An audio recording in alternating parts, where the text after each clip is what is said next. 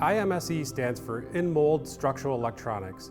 In-Mold Structural Electronics is the combination of two manufacturing processes: injection molding of plastic parts and screen printing of conductive circuits. They are married together within the injection molding tool to create one functional subassembly. Some of the benefits of IMSE are the ability to produce a 3D surface that is smart, including HMI and illumination. What you end up with is a part that is ultra thin, ultra lightweight, and seamless, so there is no ingress issues and there are no moving parts. Any buttons, knobs, or sliders that you incorporate into your design can be tunable for both sensitivity and functionality through software. In terms of tooling required for IMSE, there really isn't any special tooling. Since we're utilizing traditional manufacturing processes and techniques, we're using the same type of tooling that a customer is used to using.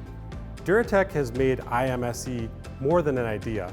We successfully implemented the technology across multiple platforms for several different customers. So the total landed cost for IMSE can be lower than current models when you consider that you've got a smaller bill of materials, so it saves you on storage costs, on logistics costs, and assembly costs. Plus you can reduce the tooling cost by up to 90% and a reduction in the plastic usage by up to 70%.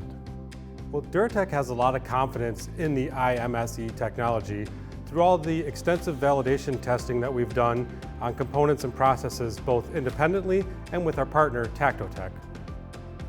DuraTech is one of the leaders in the development of IMSE, and through our current partnership with TactoTech, we are well versed in solving any challenges related to IMSE.